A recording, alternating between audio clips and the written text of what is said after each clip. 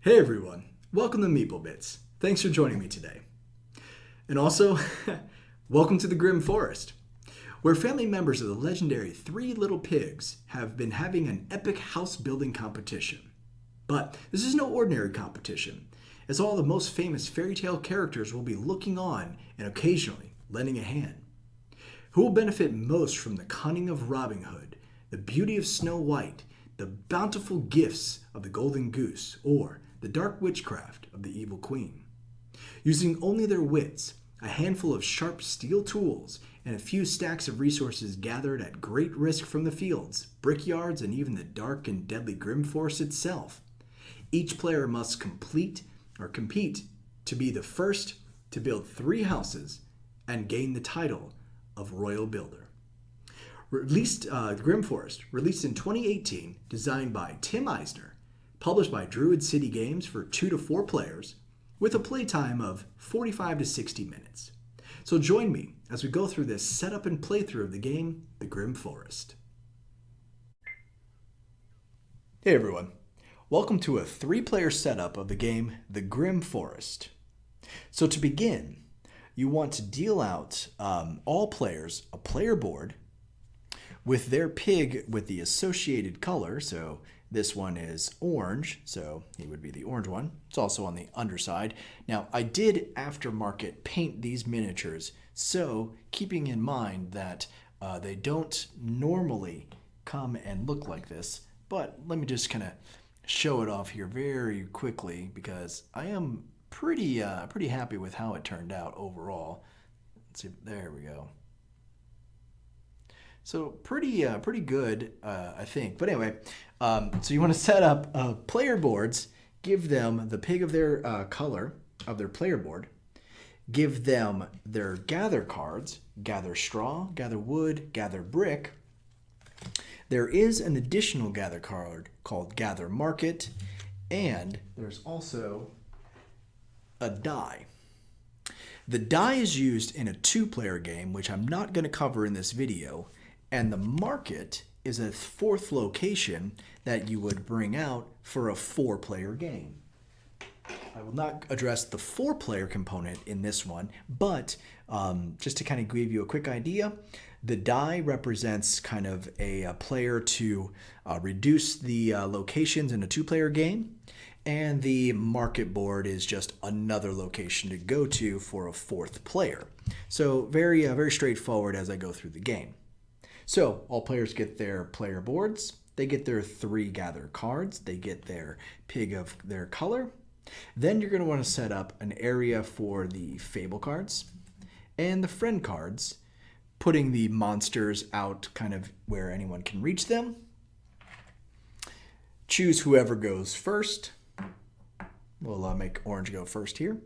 And then kind of set up your supply area off to the side.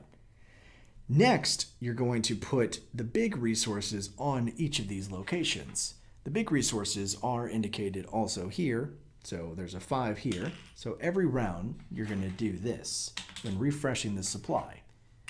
There we go. That's the initial setup. So we've got our player boards, we've got our location boards, we've got our draw decks for friends and fables. And to kind of give you an idea of what a fable looks like, a fable will give you different modifiers to use during the game. And a friend will give you additional ongoing bonuses as long as they are your friend. So let's see here, this friend, the 7 dwarves, there we go. They'll indicate also down at the bottom when the friend's power gets used.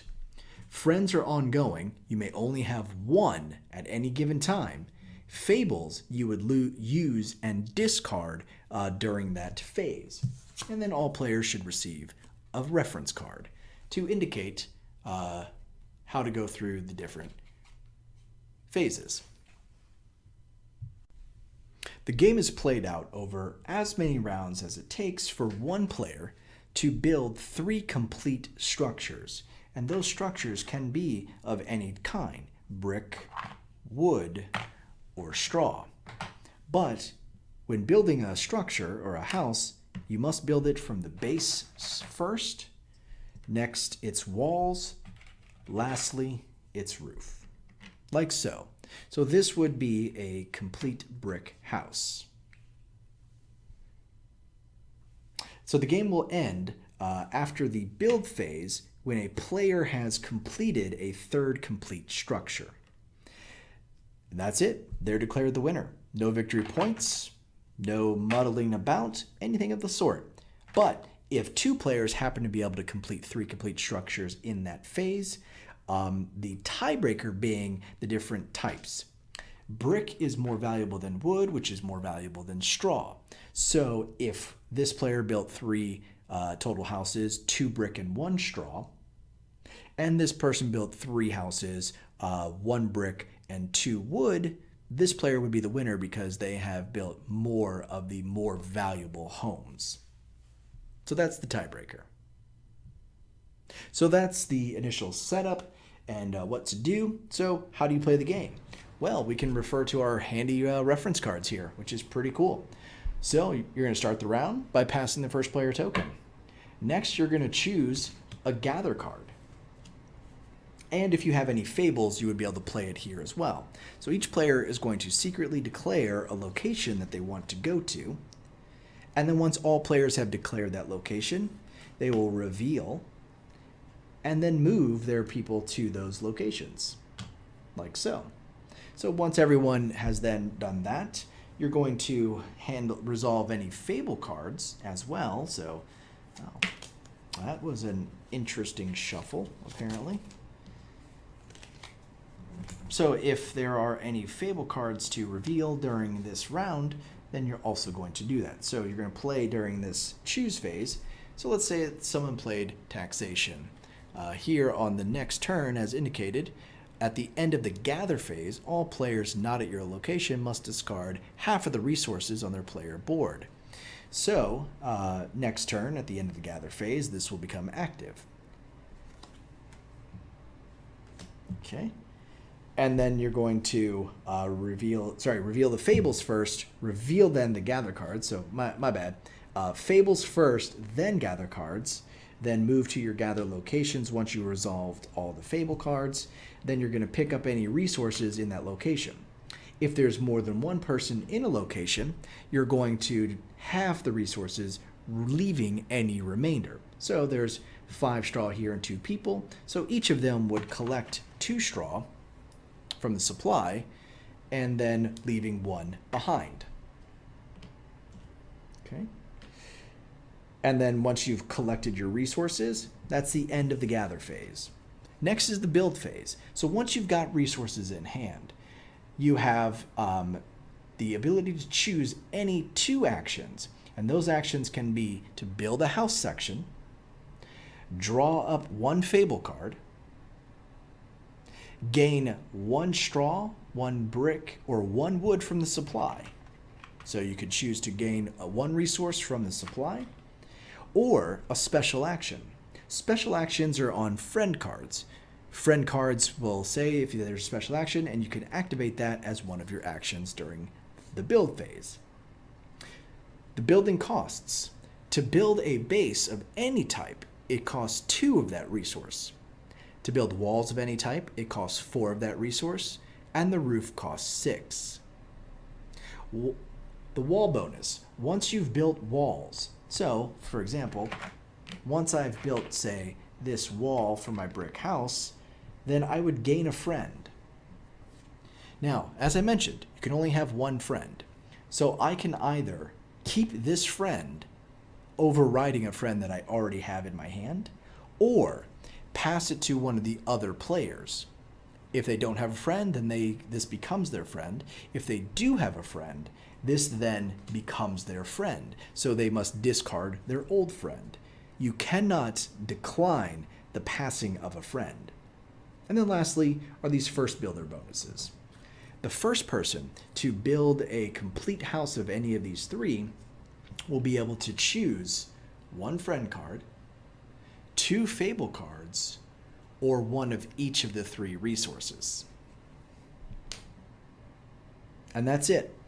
Once the build phase is complete, check to see if anyone has built 3 homes. If not, pass the first player marker, and then repeat the process. You're going to then choose a gather location and any fable cards that you might want to use during that turn.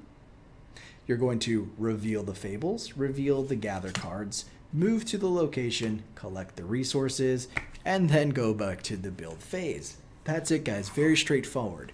So let's go ahead and dive in and take a few turns so that we can hopefully get some of these monsters out of the board and see how they get activated. Because what happens is, like, so here's the bridge troll. Give you guys an idea of the painting that I did on this one. So the bridge troll, say he's at a location, then bad things can happen while he's there. Okay, so let's go ahead and dive in. We've got our resources out, put these homes back. Let's go ahead and play at least one round so that you guys can get an idea. Okay, bring this into my hand. And for demo purposes, I'm just going to do this randomly. So, whoops, there we go.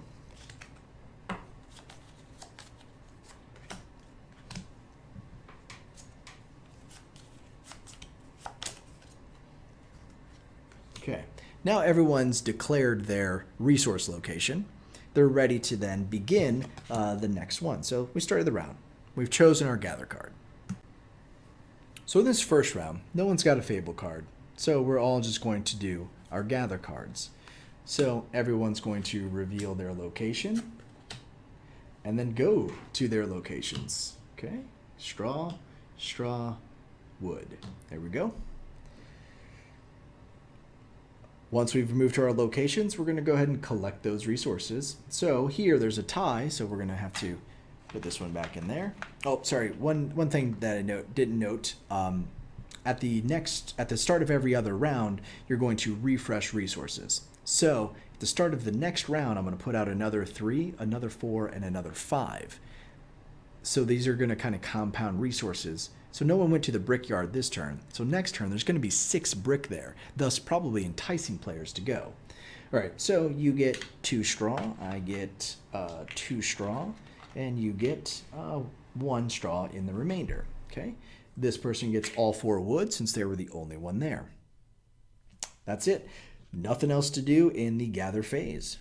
Now we're ready. So we can choose to build a section of the house. We can draw a fable card, and we can gain more resources, or we can do a special action, which we don't have just yet. So for my turn, I get 2 actions. That's it. I'm going to, for my first action, draw a fable card. Let's see what I drew. The Royal Wedding. When revealed, play on a location, end of a gather phase, and discard. So 3 things can happen for this fable, which is pretty cool. So when revealed, play on a location. Stays in play until discarded. End of the gather phase, all players not in this location must discard 1 resource, and then discard. Royal Weddings, discard Royal Weddings if no players are in this location. So I would say, let's say I had this last turn and I played it here on this one. It would stay there until no players went there, which is kind of neat. But I've got this one for my next turn. And for my second turn, I'm going to take these 2 straw that I just acquired, put them back into the supply, and buy a straw house base. There we go. Ready to go. Next player. So they're going to do something similar. They're going to take their 2 straws, build a straw base, like so. And then for their second action, they're actually going to bring a brick into their supply. And then this person here, they've got 4. So for their 2 actions, they're actually going to bring 2 more wood into their supply. That's giving them 6.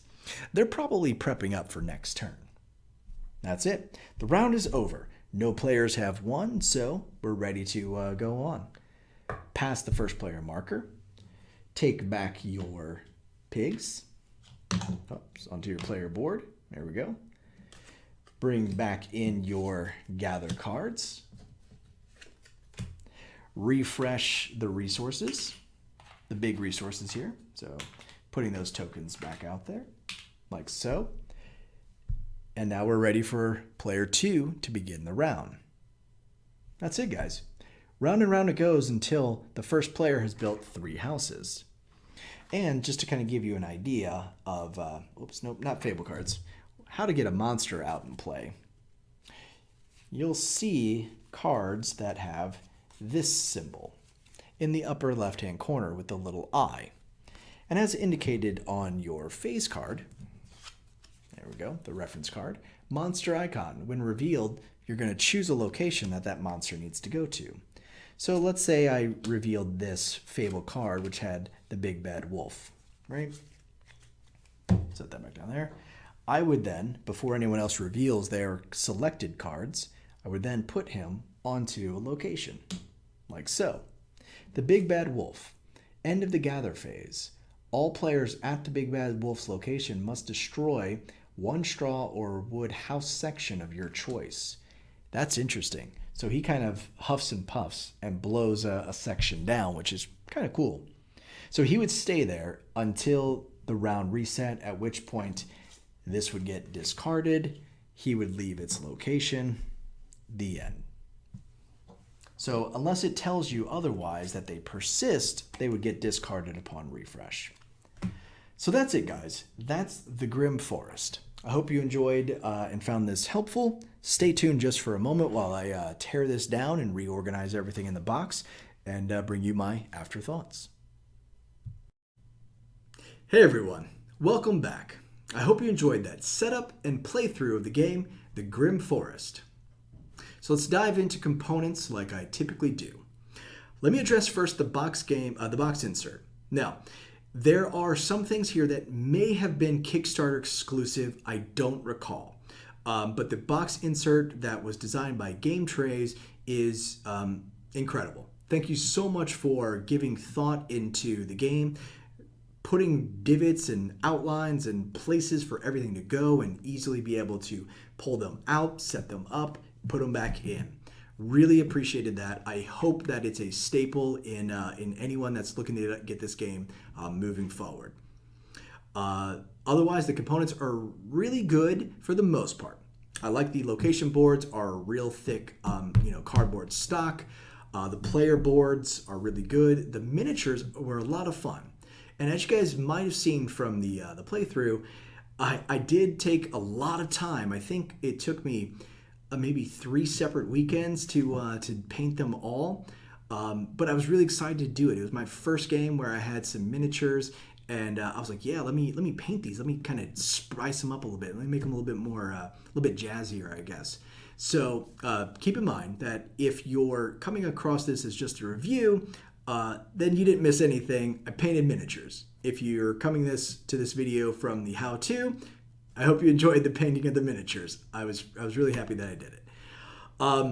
Otherwise, components really good, but I hate tokens. I hate chits, right? You guys know this. So the wood, the straw, and the brick, they could have been made of wood. It should have been an option of some capacity for an upgrade of some nature. It wouldn't matter.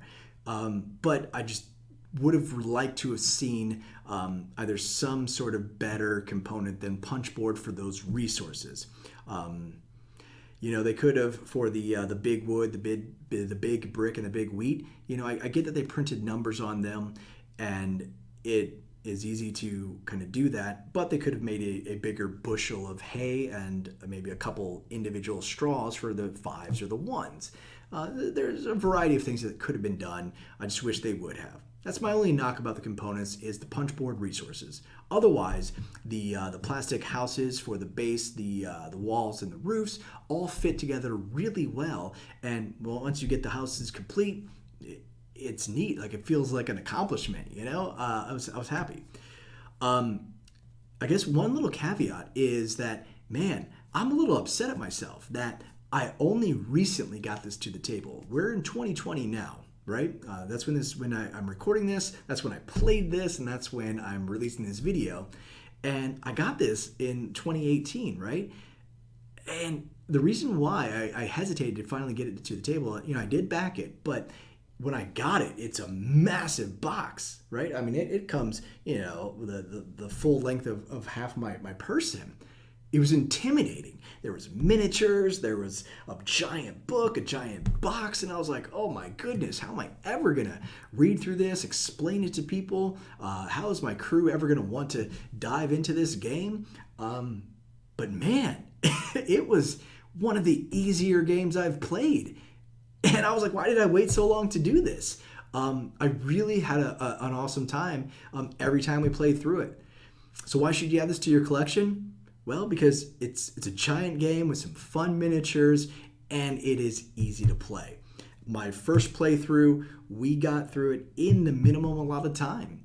From setup to tear down, we were in and out in about like 45 minutes. And that is awesome. When you accurately put the time that it takes to play a game, even a first time, I'm impressed. So if you want to add a sort of resource management game to your collection with a lot of take that mechanics, add this one to your collection. I played both the 3-player and 2-player variants, so I never had a chance to play a 4-player game of this one.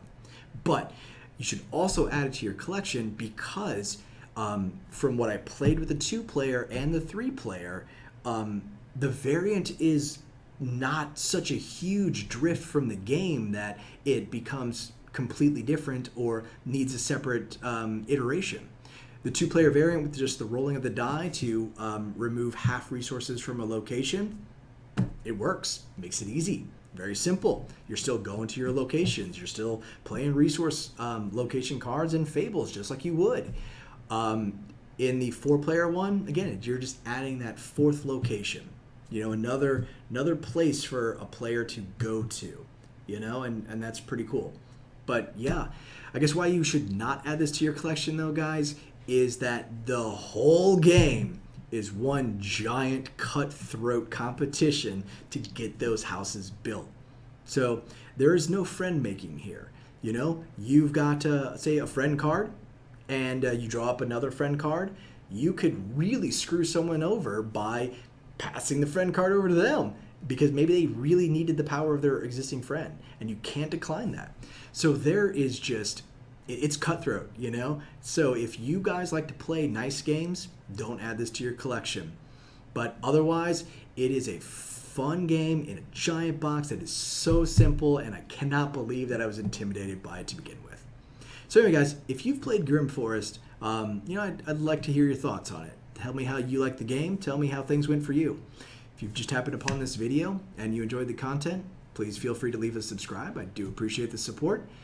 As always, guys, until next time, thanks for watching.